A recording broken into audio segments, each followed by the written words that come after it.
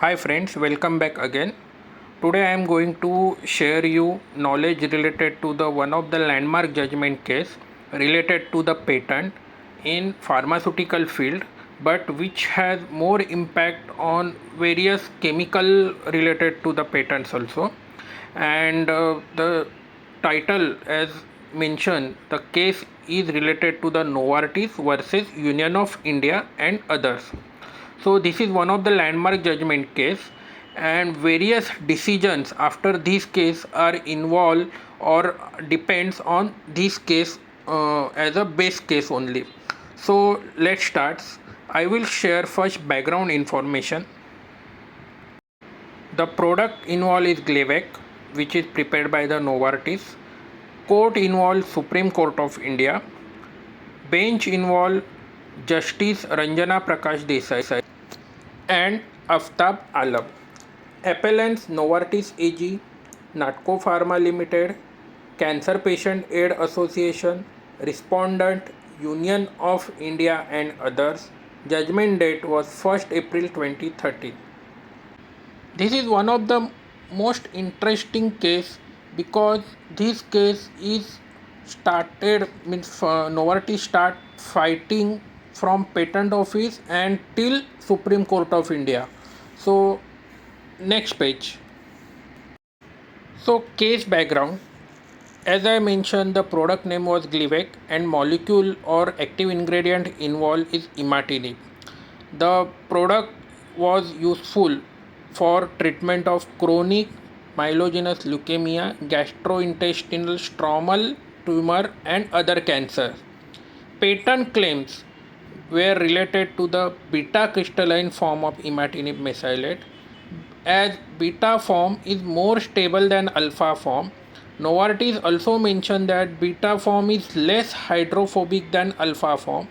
Also, beta form has improved flow quantity. So these advantages are mentioned in that patent. This patent application was mailbox application.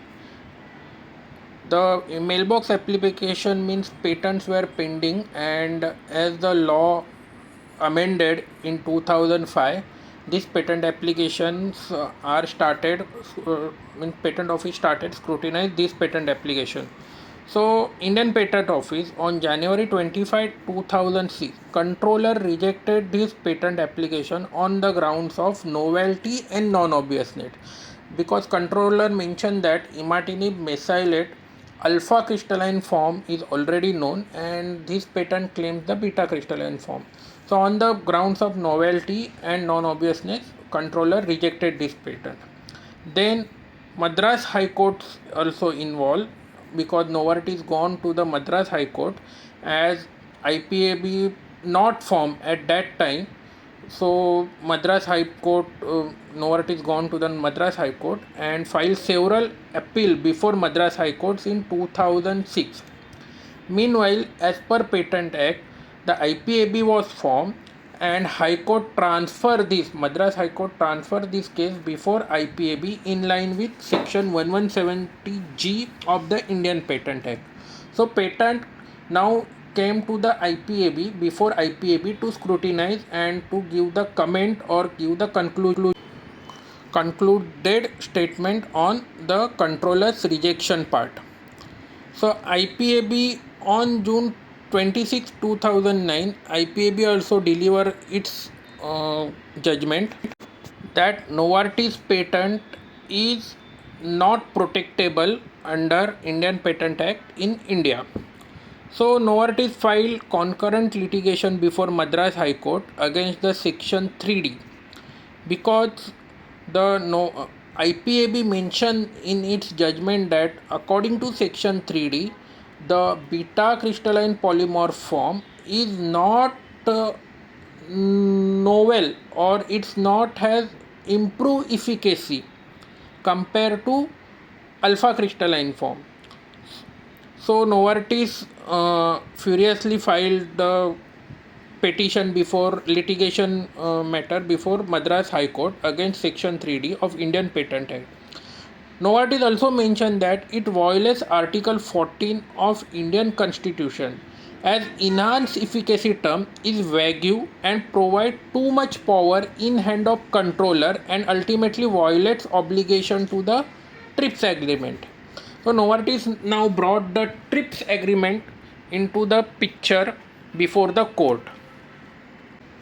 Then Madras High Court also mentioned that Section 3D is necessary for patent evergreening and IPAB decision was correct and with the law.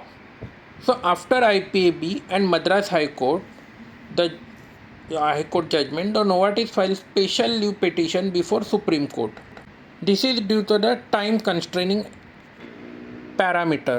Now Supreme Court, after listening to the Novartis argument and Indian government argument, Supreme Court mentioned that the patent evergreening is very much harmful for the developing countries because it will directly impact cost of the product and it will increases the cost of the medicinal products also.